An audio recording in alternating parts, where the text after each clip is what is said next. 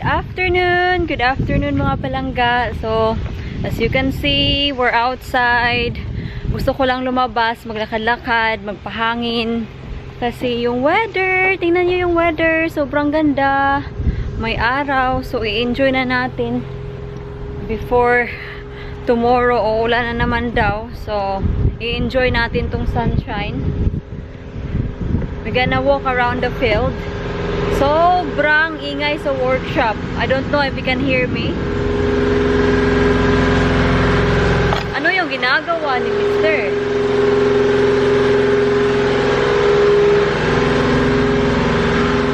Mister? Come on, girls! Come on, Pipa! TV!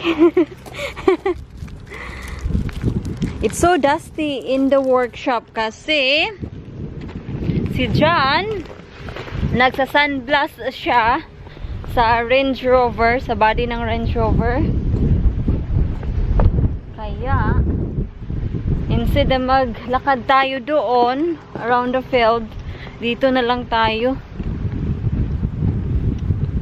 Magtingin-tingin na lang tayo dito. Or, Pipa? Huh? Huh? Huh? Hello? Hello, girls? Kahit na may araw, yung hangin sobrang lamig. So, yun. Hindi ako nagtagal sa labas. Kasi walang ganap ngayon. Magbe-bake tayo ng cake. Chiffon cake. Kasi namimiss ko na yung chiffon cake. Kasi sa probinsya, yung chiffon cake sobrang uso noon.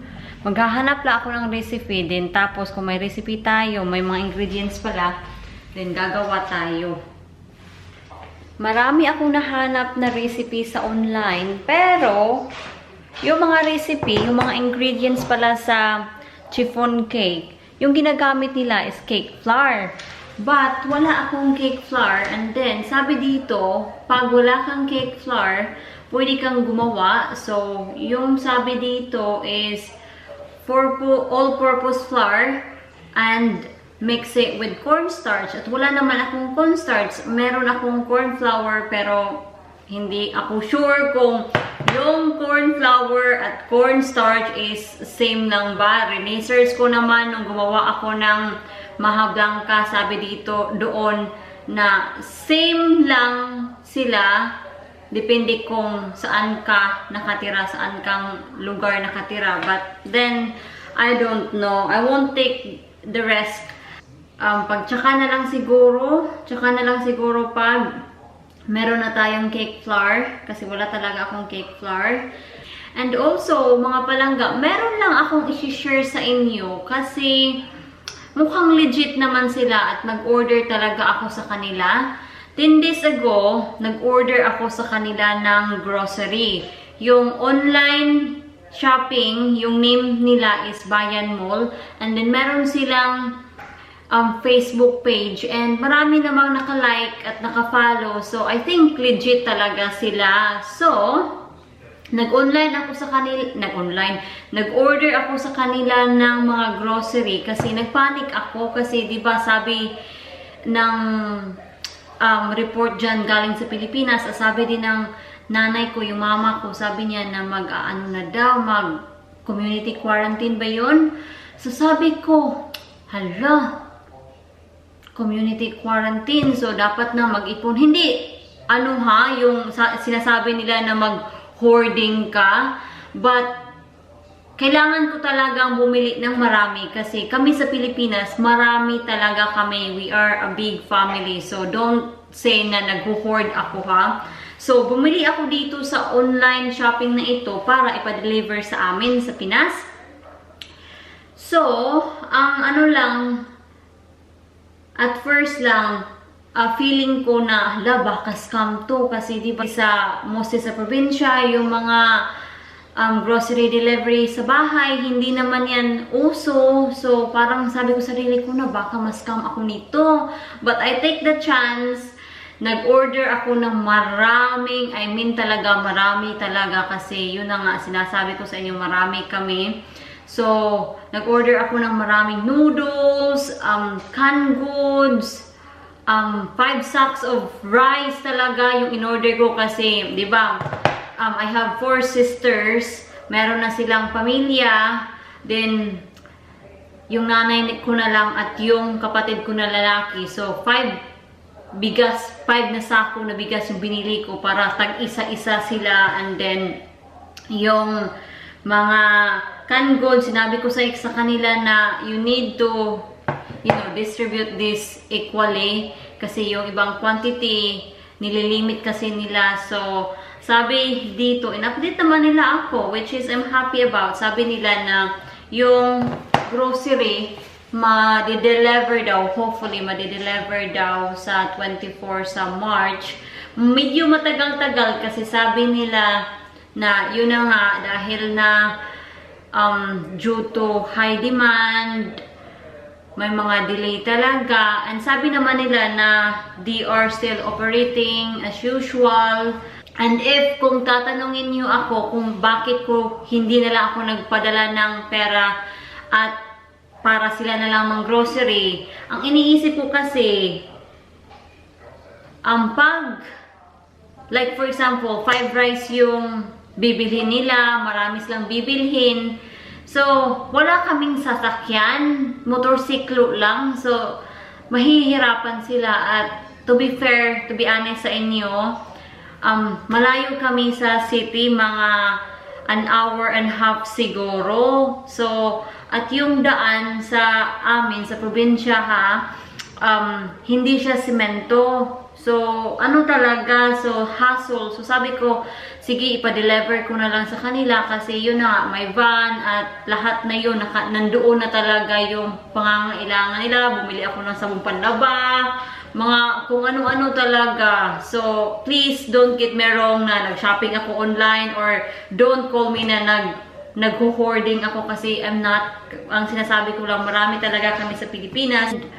Yun na nga, diba sa atin, rice is life. So, siguro yung 5 sacks of rice, kulang pa siguro yan. Kasi, diba sa atin, 3 times a day or more tayo kumakain ng rice. So, bumili na talaga ako ng maraming rice. So, inserted video to ha, mga palangga. Nag-i-edit ako sa video na ito and may nabasa ako sa Facebook ko na may lockdown daw sa Pilipinas. So, nung nabasa ko yung lockdown, nadurog yung puso ko kasi inisip ko yung pamilya ko na hala, kung mag-lockdown, yung family ko, hindi sila ready, wala pa talaga silang supply. Kasi sinabihan ko mismo yung mama ko na wag ka nang bumili ng maraming groceries kasi may groceries na darating para sa inyo. Marami yun. So, hati-hatiin nyo yung groceries na darating sa probinsya. So, sabi niya, okay, okay. And, nung nagkausap naman kami sa phone, sabi niya na community quarantine lang daw and bawal silang lumabas na walang mask. Hindi naman niya na banggit sa akin na may lockdown sa probinsya. Pero, research ko dito. I'm not sure if ito has, this is a reliable source. Pero, sabi dito, Manila under hindi siya pwedeng banggitin. Manila under the virus lockdown daw. So, please mga palangga, paki-comment kung saan yung lockdown. Kasi, nadudurog talaga yung puso ko. Sobrang nag-worry ako sa family ko sa Pilipinas kasi hindi talaga sila ready and tinanong ko yung sarili ko kung did I just make a bad decision na sabihan yung mama ko na huwag kang mang-grocery ng marami kasi maraming groceries na darating sa probinsya kasi ako yung bumili. At did I just make a mistake na hindi sila padalhan at para sila na lang yung mang-grocery? Kasi, ang iniisip ko din ngayon, kasi pag hindi nila matanggap yung grocery na in-order ko para sa kanila at mag-lockdown, magugutom yung family ko. Kasi wala talaga. Naku naman, nakaka-stress. I hope lang talaga itong sakit na ito, this will be over soon kasi marami talagang naapektahan, maraming namatay, maraming nawalan ng mga minamahal sa buhay. Sus nako, mag-pray talaga tayo sa safety ng mga tao para sa isa't isa. Naluluha ako kasi nag-worry talaga ako sa family ko. Nag-worry ako sa mga kalusugan nila. Kayo, mag-ingat po kayo mga palangga. Kayo lahat, mag-ingat po tayo lahat talaga. So, i-update ko na lang kayo mga loves kung ano yung sitwasyon ng aking pinadeliver, kung madideliver ba sa bahay. I-update ko talaga kayo and I will contact them tomorrow and see what's what, or sa Monday siguro kasi Sunday tomorrow. So, yun. Ingat po tayong lahat and God bless po sa inyong lahat. So, anyway, yun na nga, mag-ingat po tayo kasi dito, alam niyo ba sa UK, sobrang dami ng namatay. It's sad to say na marami nang namatay, pero yung mga nire-report naman nila na namamatay, meron silang mga underlying problems. So, nakita ko kay Mr. na nag-worry siya kasi alam ko naman may edad na si Mr. At sabi ko sa kanya na, you don't have an underlying problem and just stay at home. Kung gusto mong lumabas or kung may gusto kang kailangan, sabihin mo lang sa akin and ako na yung kukuha. Para, kasi, di ba, compare sa aming dalawa ni Mr. at ako, mas vulnerable si Mr. kasi may edad siya. And yung immune system niya is medyo low na kaysa compared sa akin. So, sabi ko, kung may kailangan ka, kung ano-ano pa yung mga sinasabi ko sa kanya, sabi ko, mag-stay ka na lang at home. Pero, hindi nakikinig mga love. So, nag-advise na ako sa kay Mr. Hindi ako nagkulang ng advice. Pati na rin si mother-in-law, sus na ko naman. But anyway, ang dami kong satsat. Magluluto muna ako. Pupunta kami kay mother-in-law ngayong Sunday kasi Mother's Day ngayong Sunday. At sabi ko sa nanay ko, hindi na lang ako magpapa-deliver dyan ng flower ngayon. Kasi last year, nagpa-deliver ako ng flower para sa kanya sa Mother's Day. Pero sabi ko sa kanya, hindi muna ako magbibigay ng flower sa'yo. Kasi alam mo naman na love kita. Pero yun na nga, may maraming crisis ngayon na hinaharap sa mundo. So, hindi yan importante. Ang importante, healthy ka. So, yun yung sabi ko sa kanya. And she's understanding naman about it. She's understanding about it. Napalo na ba yung English ko, oy? Chika-chika na lang talaga tayo mga loves kasi walang ganap. Yun na nga, walang ganap. Lagi na lang inuulit, no? So, yung tea ni Mr. ngayon, sausage, egg, and fries. Yun yung request niya.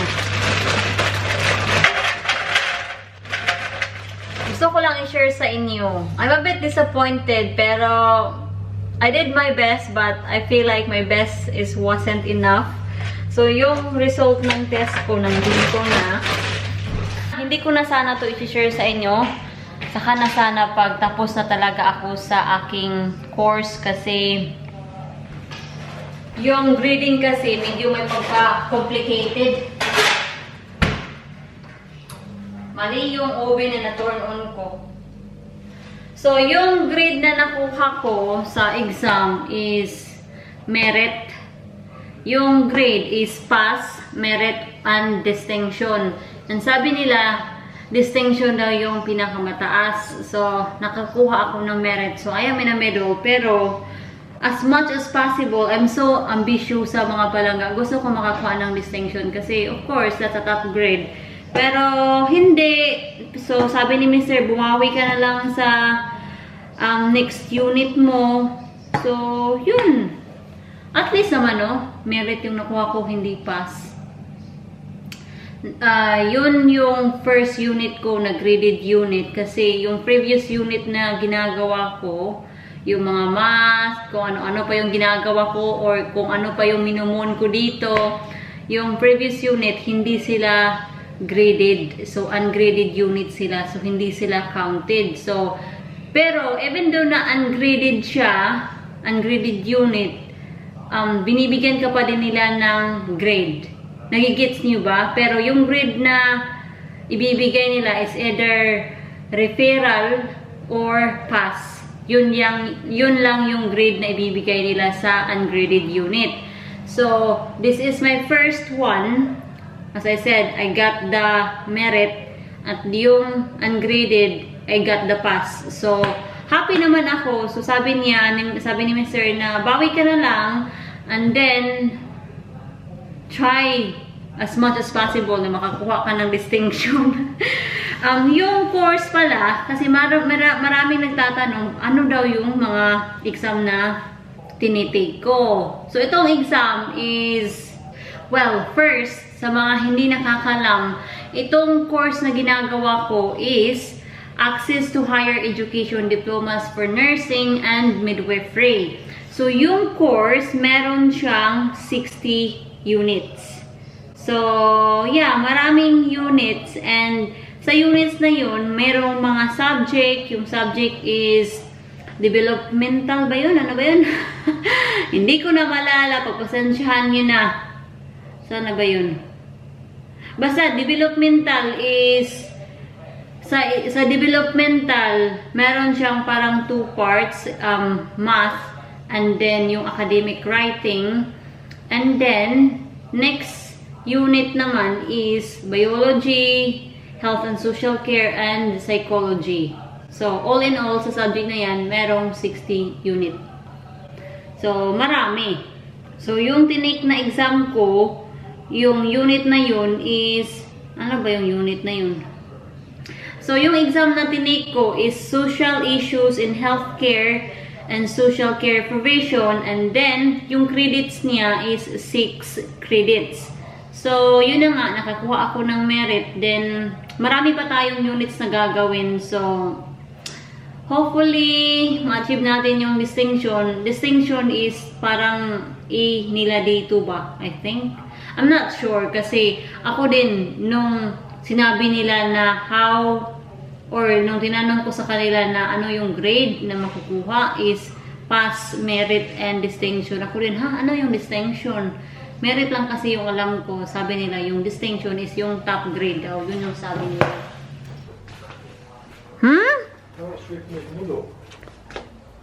Oh my goodness. Diba lumabas tayo kanina? Tingnan nyo yung mood. Nag-dried up siya. At yun, ginamit ko yung welly natin. Sorry. Honey, you need to clean my car.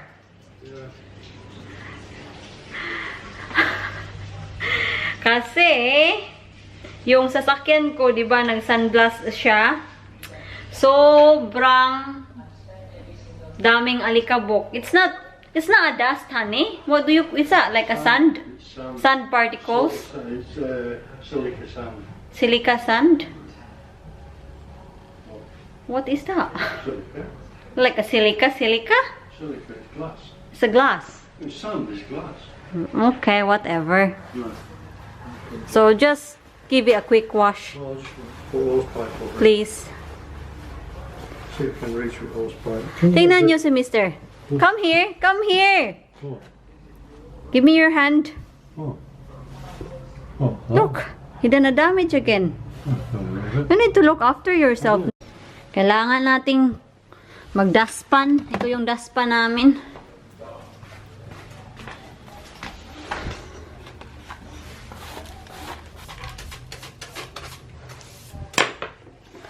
Kahit na makalat ako minsan sa bahay, ako lang din naman ang naglilinis. Kaya nag-give up na talaga ako. Hindi ko naman to intensyon na magkalat tulad nito kasi hindi ko naman talaga siya nakita kanina na may mga ano pala, lupa.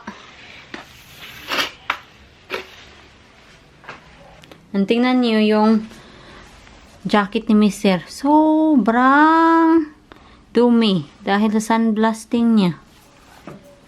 I'll put the rest, Tingnan niyo yung buhok ni Mister. I'll put the rest of the stuff in. Oh. Look at your hair. Right, can you put them into put washing up? Don't be naked in the camera. Tell here. Right, I'm going. Hide. Where will I go? Hide. You better watch it so it doesn't fall out. You need to take a shower, sweet. I'm going. Yeah. Bye-bye! Hubo si Mister. Ito, sabi niya, lagay mo sa washing machine. Honey, is it okay to mix your work clothes with the other clothes? There's a set of working clothes you got in there on the top of the washing machine. Did you put them all? Oh, I did not notice. Sorry. Sabi niya, nilagay daw niya lahat. Okay. Oh yeah, I see. Yes? What is it? What you doing, honey? Uy. No, you just won't. No wonder why people call me that I am your housemate. Eh, sa mga ano dyan na, hindi naman ako housemaid, pero sa asawa, natural naman nagagawa ka ng gawaing bahay, di ba? Magluluto, pagluluto mo yung asawa mo, yung iba parang, nako, wala magawa sa buhay. Mas masarap mag-housemaid pag yung inaalagaan mo, nakaka-appreciate sa mga ginagawa mo, which is, si Jan naman, ina-appreciate naman talaga niya yung mga ginagawa ko. Ang sabi niya, you never been my housemaid, you are my wife, which is sweet. Kilig ako doon, ha? Ilalagay ko na yung egg, mga palangga, ipiprito ko na siya. Remove ko siya sa heat kasi sobrang init ng kawali natin.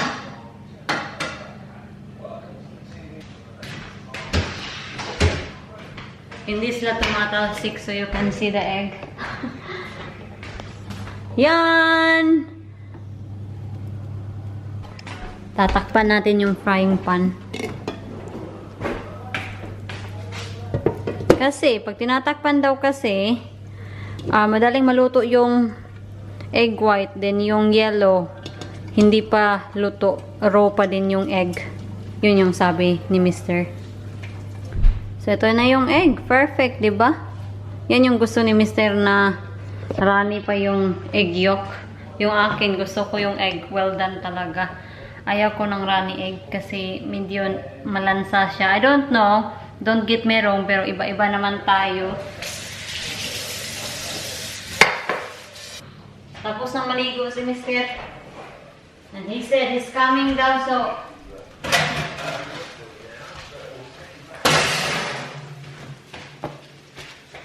ilalagay na natin yung tea niya sa plato.